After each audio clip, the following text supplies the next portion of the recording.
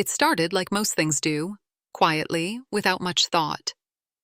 Mia had always been a doodler, the kind of person who filled the margins of her notebooks with spirals, eyes, and strange creatures no one could name. But on January 1st, she made a resolution, one drawing every day, no matter what. It began innocently enough. A giraffe on day one, a tiger the next, a sleepy panda after that. No real pattern. Just animals she liked. Animals she found interesting. Then came the gorilla. She didn't know why she chose it. It wasn't her favorite animal. She hadn't seen a documentary or read anything about them. But something about its shape, its eyes, the weight of it, felt right. Kinda looks like he's thinking, she muttered to herself as she put down her pencil, staring at the sketch. She told herself it was temporary, that she'd switch it up soon. But by day 14, her sketchbook had become a jungle. Every drawing felt like a continuation of the last, as if she wasn't just sketching a creature, but uncovering a story, a character. "Are you drawing the same gorilla every day?" her friend asked one evening, scrolling through her feed. "I mean, I guess. He keeps showing up. I think I've named him," Mia replied casually. "You named him?" Her friend raised an eyebrow. "Yeah, Mubo. No idea why." What started as a simple daily habit had become something more. An obsession, maybe, or a ritual. But she didn't question it, not yet. Because some part of her, deep down, felt like the gorilla wasn't just a drawing. It was waiting for something. She didn't think much of it at first. The gorilla was just a sketch, after all, just lines on paper. But as the days went by, the drawings began to feel different. She noticed the details, the way she drew his eyes, the way his hands seemed to almost reach out of the page. It was subtle at first, but soon it became impossible to ignore. Each day, the gorilla grew more alive in her mind. By day 30, Mia had filled half the sketchbook with variations of Mubo, each drawing more intricate than the last. She started adding background scenes, lush jungles, towering trees, shadows cast across dense foliage. And Mubo was always there, either sitting quietly, staring out at her, or walking through the jungle with a heavy, deliberate gait. Some days, she'd draw him happy, his face lighting up with a mischievous grin. Other days, he was somber, his eyes full of thought, as if he was deep in contemplation. It didn't make sense. She wasn't drawing him like a typical animal. She was drawing him like a person, like someone she knew or someone she was trying to understand.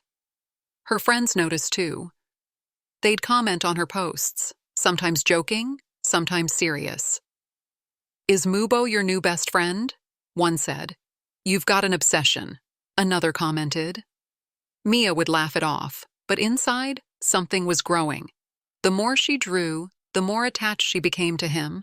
She started thinking about Mubo outside of her sketchbook, wondering what he was doing when she wasn't drawing him. What was he like? What did he think about? There were nights when Mia would lay awake in bed, the soft glow of her phone screen illuminating her face as she scrolled through the sketches. She'd stare at them for hours, looking for clues, looking for something hidden within the lines. It was strange, the way the drawings felt so real, as though Mubo wasn't just a creation of hers, but something that existed on his own. By day 60, Mia had created a ritual.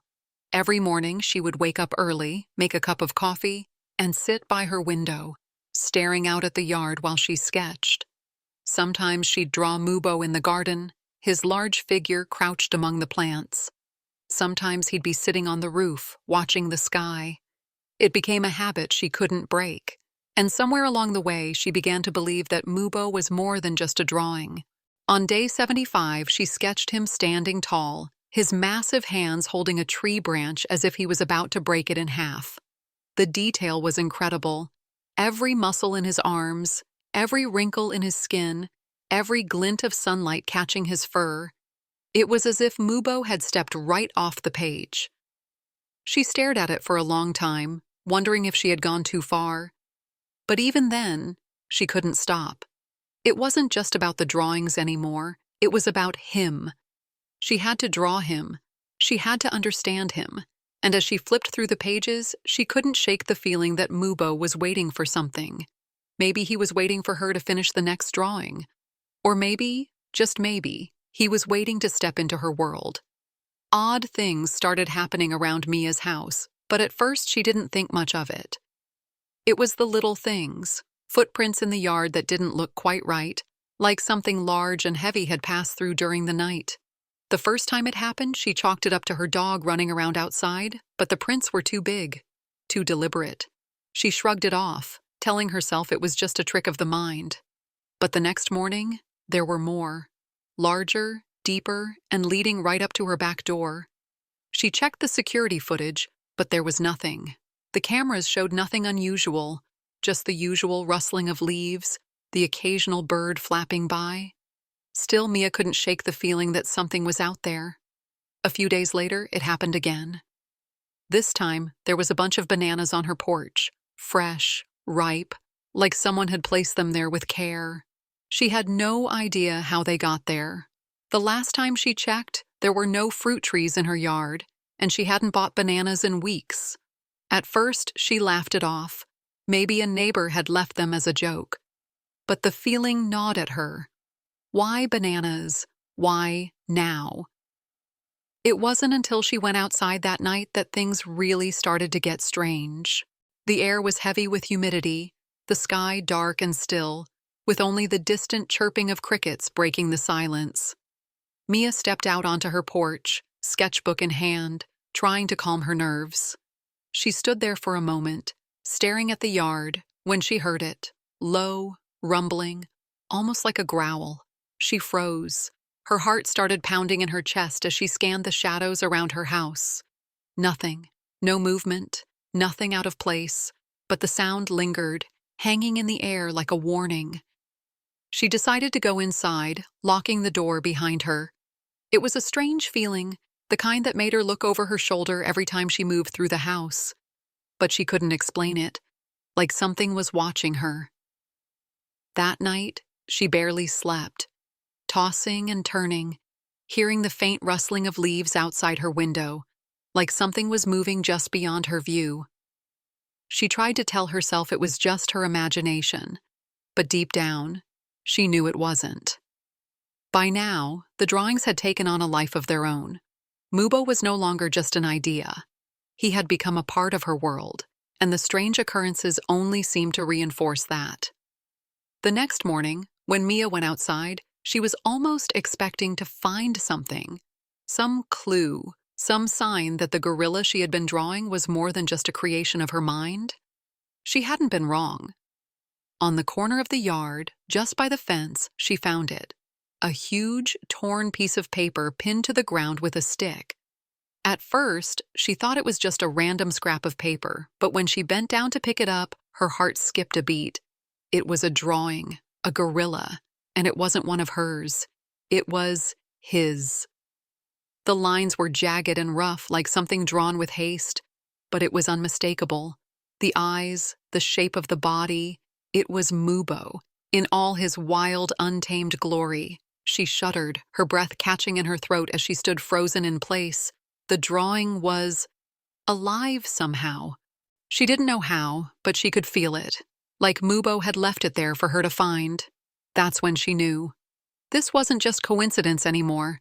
Something, or someone, was out there, and it was connected to her drawings, to Mubo. The strange noises continued, the rustling in the trees, the heavy footsteps she sometimes thought she could hear when the wind was still. But Mia couldn't bring herself to stop drawing him. If anything, it pushed her forward. She had to know what was happening. She had to finish this, whatever this was. And so she kept drawing.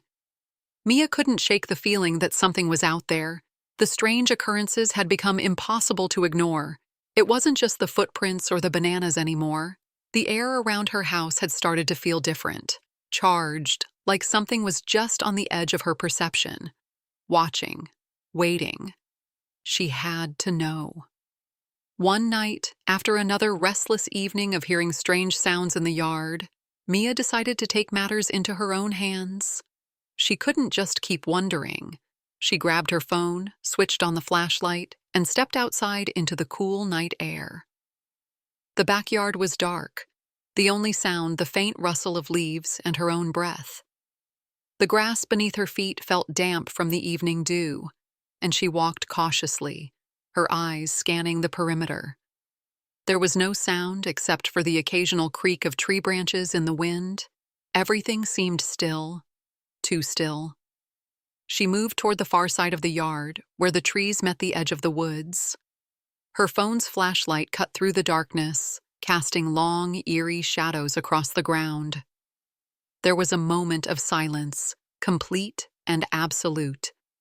Then, out of the corner of her eye, she saw something.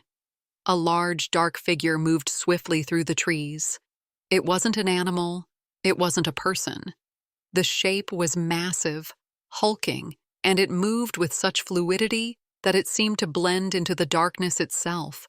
Her heart pounded in her chest as she froze, not sure if what she was seeing was real or a trick of her mind. She barely had time to react before it was gone. The shape vanished into the trees, leaving only the whisper of leaves and a feeling of profound emptiness behind it. Mia stood there, her breath caught in her throat, unable to move for what felt like an eternity. But then, something else caught her attention. A sound, faint but undeniable, a low, guttural grunt, like something was calling to her. She turned toward the sound, and her eyes widened as she saw it. Mubo. There, standing just beyond the line of trees, was the gorilla she had drawn every day. He was real.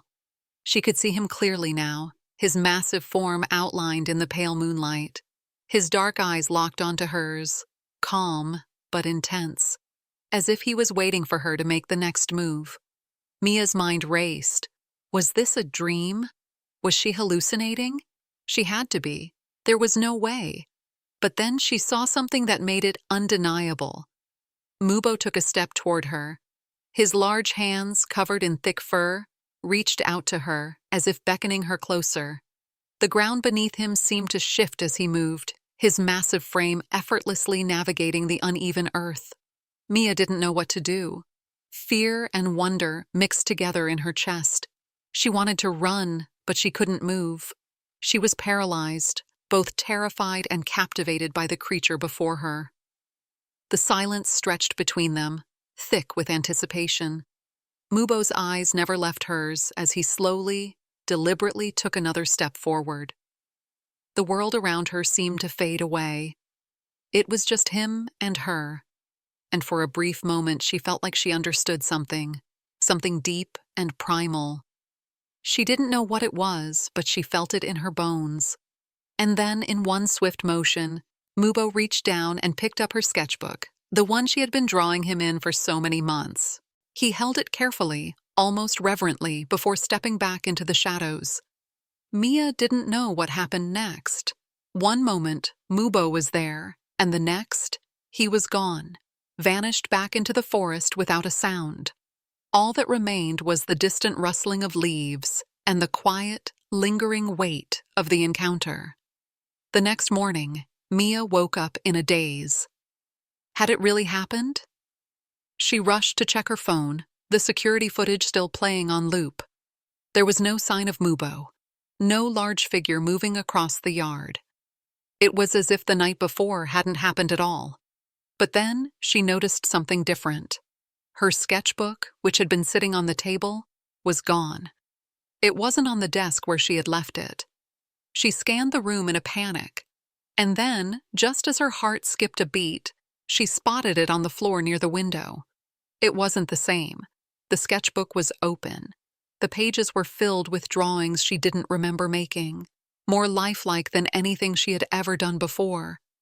Mubo was no longer just a sketch. He was more real than ever. And in the final drawing, he was standing in the yard, looking directly at her, as if to say, "I'm here." And that's when she realized he wasn't just appearing in her yard, he was waiting for her to finish the story she had started. Mia spent the next few days in a haze, unable to shake the feeling that everything had changed. The lines between her drawings and reality had blurred in ways she didn't fully understand.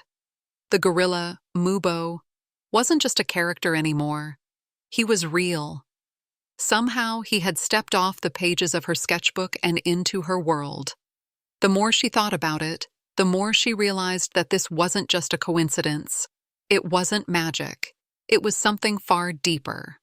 She couldn't ignore the connection between her drawings and the strange occurrences around her house. Mubo had been waiting for her, and now it seemed like he was trying to tell her something. But what? She decided to take a different approach. Instead of just drawing him, of just capturing him on paper, she started trying to understand him. She started spending more time outdoors, wandering through the yard, staring into the trees as if waiting for him to appear again. She took her sketchbook with her, flipping through the pages, trying to find any clue that could explain what was happening. But there was nothing. The drawings were just drawings. Then, one evening, as she sat on the porch with her sketchbook open in front of her, she heard it again. The low, rumbling sound from the other night. It was faint at first, almost like a growl, but it quickly grew louder. Mia froze, her heart racing as she looked toward the trees. The shadows were longer now, the sun having just dipped below the horizon, and the world was bathed in a dusky twilight. The sound came again, closer this time. Mia's instinct told her to run, but something kept her rooted in place. She couldn't look away. The trees shifted, and there, emerging from the shadows, was Mubo. He was massive, just like before, but this time there was something different. There was a calmness about him, a sense of purpose in his movements. He moved closer to her, not with the hesitation of the first encounter, but with the surety of someone who knew exactly what they wanted. Mia's breath caught in her throat as she stared at him. She could feel the weight of his gaze, like he was studying her just as much as she had been studying him. There was something in his eyes, something she couldn't quite place. It wasn't just curiosity, it was a message. Without thinking, she stood up slowly, her hand instinctively reaching for the sketchbook she had left beside her. She opened the pages to the most recent drawing of Mubo. He was still standing there, just like he had been in the yard the night before. She held the sketchbook out to him, her hands trembling. For a moment, there was silence. Then, Mubo took a step forward, his large, powerful hand stretching out toward the book. Mia's heart pounded in her chest as she handed it to him, watching as he carefully flipped through the pages with a kind of reverence. And then, something incredible happened. As Mubo reached the last page where Mia had drawn him in the yard, standing tall and proud, he paused. His finger hovered over the page, tracing the lines she had drawn. And in that moment, Mia felt it, the connection. It was like a spark, an electric charge that passed from the page to her, and she understood. Mubo wasn't just a creature she had invented. He was a part of something bigger, a story that was still unfolding. And now, he was ready to finish it. She watched as he tore the page from the sketchbook with ease and held it up to the sky, his dark eyes glinting with something she couldn't fully comprehend.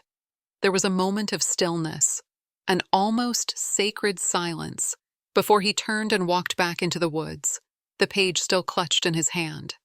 Mia stood there for a long time, frozen, her mind racing with questions she didn't have answers to. What did Mubo need the drawing for? What did it mean that he was taking it with him? And why had he chosen her? But in that moment, she realized something she hadn't fully understood before. Mubo wasn't just a part of her art. He was a part of the world around her, a force she had somehow connected to through her drawings. The story wasn't over yet, and she wasn't finished with him either. The next morning, Mia started a new sketchbook. This one was different. She didn't draw Mubo right away. Instead, she started drawing the landscape, trees, the shadows, the world that surrounded her. Slowly, the shapes began to take form, and in the distance, in the middle of her drawings, stood Mubo again. But this time, he wasn't just waiting. He was walking, moving towards something just like she was, As she picked up her pencil and began to draw again, Mia felt a sense of purpose she hadn't felt before. This wasn't just about creating art anymore. It was about telling a story. His story. And she wasn't going to stop until it was complete. Mia's life changed after that night. The line between reality and her art had blurred so completely that she no longer knew where one ended and the other began. For the first time in months, she wasn't scared. There was no fear of Mubo, no doubt. She was ready to understand what he was trying to tell her. The days after Mubo took the drawing were quiet, almost too quiet. She spent hours outside, watching the trees, listening for the sounds she had come to associate with him. She didn't know if he'd return, but she knew something was different now. He had a purpose, and somehow that purpose was tied to her. The more she thought about it, the more she realized that Mubo wasn't just an image she had created in her mind. He was part of something greater. Maybe he was a guardian of the land, an ancient spirit, or something else entirely. But Mia had no way of knowing, at least not yet. It wasn't until one evening, nearly a week later, that she finally saw him again. She had just finished a new drawing, a larger one this time, a detailed landscape of the woods behind her house, with Mubo standing at the center. She had spent hours perfecting the scene, capturing every detail of the shadows, the way the trees swayed in the wind, the texture of the ground beneath his feet. Mia was sitting at the table, sketchbook open, when she heard it, the low rumble of the ground beneath her feet. It was a vibration that made the hairs on the back of her neck stand up. She looked out the window, her heart racing as she saw the familiar shadow moving between the trees. Mubo was back. Her breath caught in her chest as she stood up and rushed outside. She didn't hesitate this time. There was no fear, no second guessing. She knew what she had to do. She wanted to see him, to understand him. She needed to know why he had chosen her, why he had come into her life like this.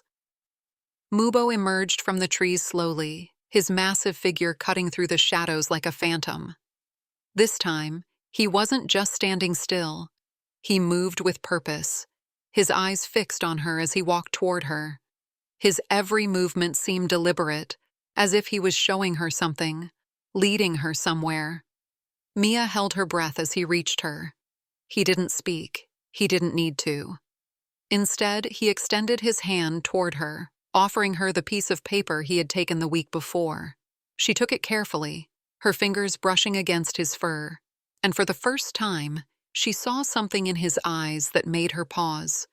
It was a kind of understanding, as if he was saying, "You're ready now."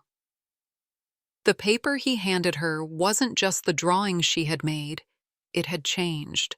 The lines had shifted, taken on new meaning. Where before, Mubo had simply stood still, now there were other images layered over the original drawing. There were more animals, more life, more movement. The drawing had evolved. It was as if the page had come to life, telling a story she had yet to understand. Mia opened her mouth to speak, but no words came out. Instead, she stared at the page, trying to make sense of it. And then, it hit her. This wasn't just about Mubo. This was about the land, the forest, the world around her. The connection was deeper than she realized. The drawings weren't just images. They were a map, a guide, a way to see things that were hidden, that couldn't be seen with the naked eye.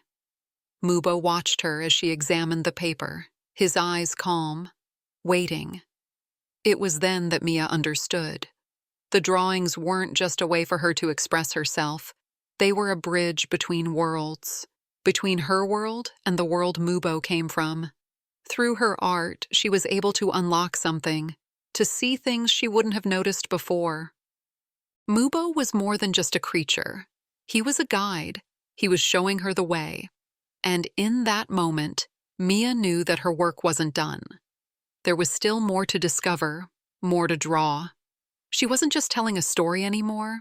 She was uncovering something ancient, something that had always been there, just waiting for her to see it. Mubo turned and began walking back toward the woods, his figure fading into the shadows. But this time, Mia didn't hesitate. She followed him. She didn't know where this journey would take her, but for the first time, she felt like she was exactly where she needed to be. And with the sketchbook in her hand, she knew she would keep drawing, keep exploring, and keep discovering the world that Mubo had led her into, one drawing at a time.